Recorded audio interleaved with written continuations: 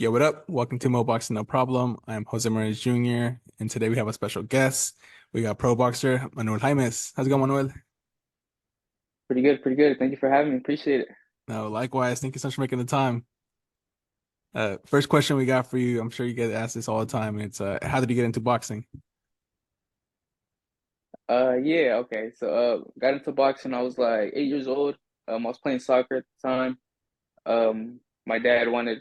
I have two older brothers.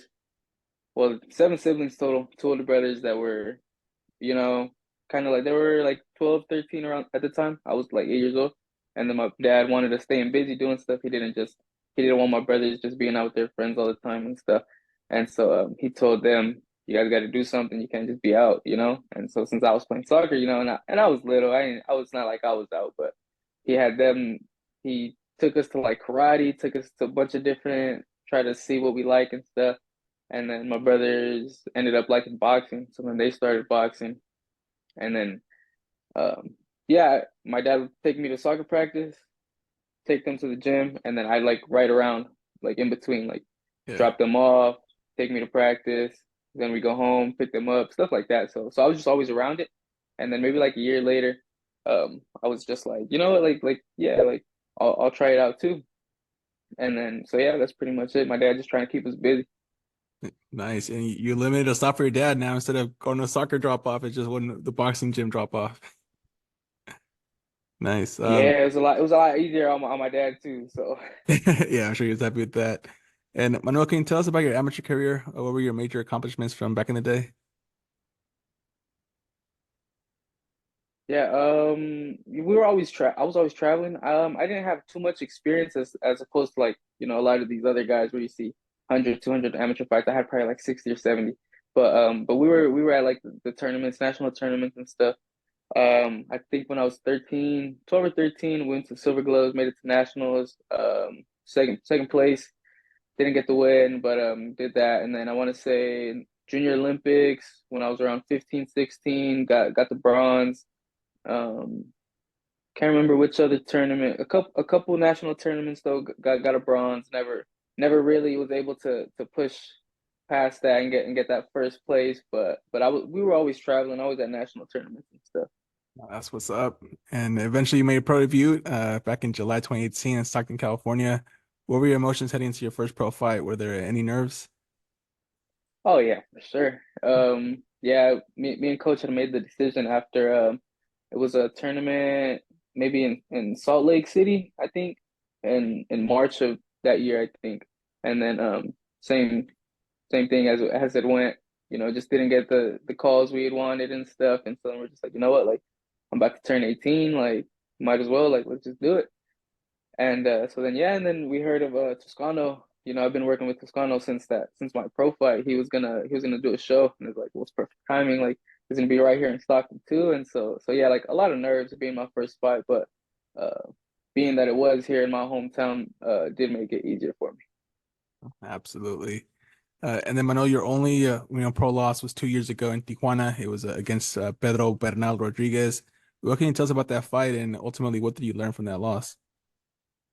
Yeah, that was a tough fight. Obviously, he was I want to say he was like 8-1, 9-1 at the time, and he's a tough guy. Just a lot of things that led into that. Kind of like in the fight, started a little slow. Should have started earlier, and then just being that it was in Tijuana, him being the Mexican, he's had the crowd behind him and stuff, and so we felt like there was some things that factored into it. But yeah, just looking back at it, just you just can't leave stuff up to the judges. You just got to really go in and being that I was going into Mexico, we had to just go in and take it. So, and I was fighting for the WBCU title that I had at the time. And so, I just, we took too many of the first rounds too light. And then that ultimately was what backfired. Gotcha. No, makes perfect sense. And Manuel, you're going to be back in the ring on May 18th on a top-ranked San Diego card, the one being headlined by Vaquero Navarrete versus Varincek. Are you excited for the opportunity to showcase your skills on a big stage? Oh yeah, for sure. I mean, this is what we're waiting for. That's the this is like leading to that, like what that dream is. You grow up watching fights on ESPN, on the top ranked fights and stuff. And so to see my name up there, to see, Manuel Jaimes stuck in California. That's, it's ultimately the dream is to be a world champion. But this I feel is like one of those stepping stones that like you always dream of seeing your name up there. And so this is really big opportunity. I'm really excited for it. Nice. Yeah, I'm actually surprised last year when the Top Rank had their car in Stockton that you weren't, part of that car. That it would have been a perfect fit. Yeah, that's what we thought too. We tried getting on it, but ultimately it didn't end up working out. And so we just kept moving forward with our other plans. And so no big deal. Yep. No, if only worked out now. How has the camp been, Yeah. how's training camp been going for this upcoming fight? It's been good. I just fought last month in Redwood City on the West Side Promotions card. So not too much time off. We had already pretty much been training since maybe January, February. So kind of like rolling over like that camp. That wasn't the best camp that I've had, but it kind of led into this, which was perfect. I already kind of in shape, just jumped right back into the gym, and so it's been good. I should be heading down to RGBA this weekend.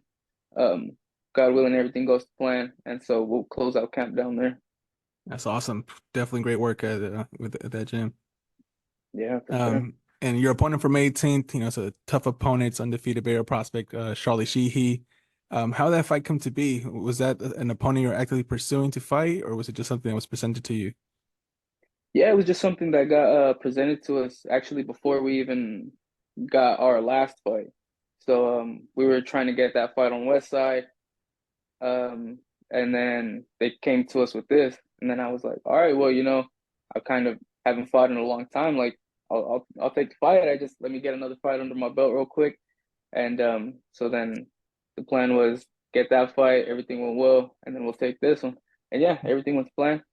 Got the win in Redwood City, and so they just came to us with that one and took it. Sweet. And Northern California is a big fight. I live in Fairfield, so a lot of the boxing fans that I talk about are talking about this being kind of the battle for Northern California, Bay Area versus Stockton. Does that give you kind of extra, motivation for this fight? Not necessarily any extra motivation. Just I mean, I know he's a tough opponent, real good fighter. So just being that he is from the Bay Area, that makes it adds a little to it. But I mean, I feel I'm already really motivated for it. So Nice. And then are you expecting a lot of your family, friends, and fans to make the drive down to San Diego and support you? I'm not sure. Been talking to him. Everybody's kind of like iffy, but hopefully you get some family down there. Hopefully, I mean, it's a 6 hour road trip, guys. Not too far Yeah, away. not too bad, not too bad. Not too bad. And then, is there a dream venue you like to headline one day? MGM. Oh, the MGM. That'd be MGM. That's where all the big fights go down. So that's growing up. That's what you see. Turn on HBO, Showtime. You see the MGM. There's cameras outside and stuff. So that's the dream place. I think. Definitely. Gotta do it there. And then, Yeah. who's been the hardest puncher you've been in the ring with, either in sparring or in a pro fight? Hardest puncher. Good. Um. Damn. I got bad memory, man. Um. I want to say my first pro fight. Not necessarily that he was a hard puncher, just being that it was my first pro fight, the first time getting tagged with the 8 ounce gloves, I didn't know what to expect. And I want to say like the first punch he caught me with like dazed me. Like first round, first punch, he caught me and I just not knowing what to expect, like I just seen white, like my eyes are just like, oh, like what was that? Like I think that was like one of the moments where I was like really like what's going on. But got it back, got the win. So but I'd say that one biggest hit I've taken. But and then who was your favorite boxer growing up?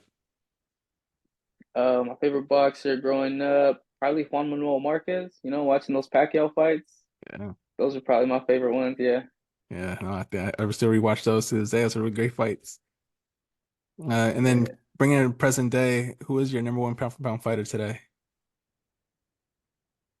yeah. I'll say probably Canelo. I think Canelo. Even after that Bivol, I think he was just chasing greatness. came up short, but I think Canelo still has that. I think he still has that title.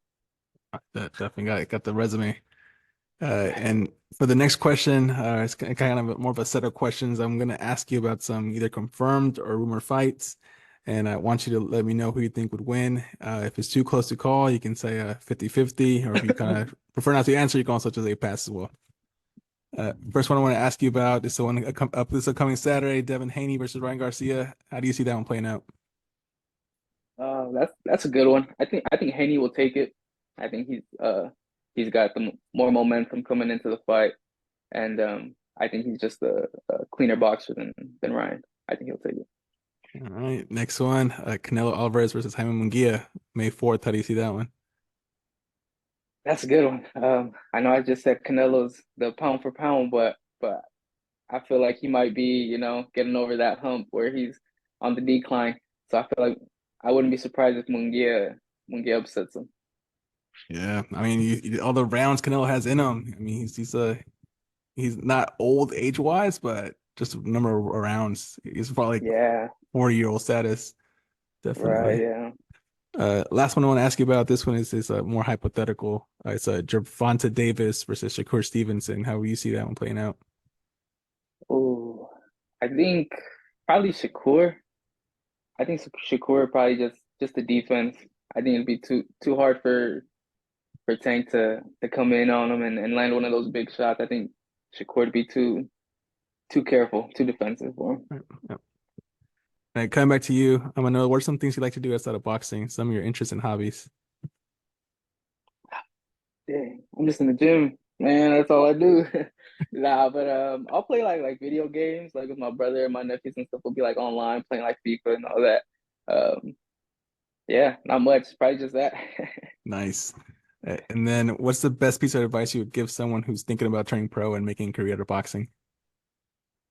Just be ready to give it 100%. You have to stay in the gym 24/7 as much as you can. Don't slack. Be dedicated. Got to be dedicated. Advice.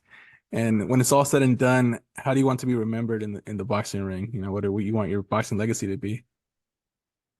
Just that I gave it my all. That every time I stepped in there was no doubt that I was gonna give a good fight. And final question we got for you, Manuel. It's not really a question, it's more so now opening up the floor.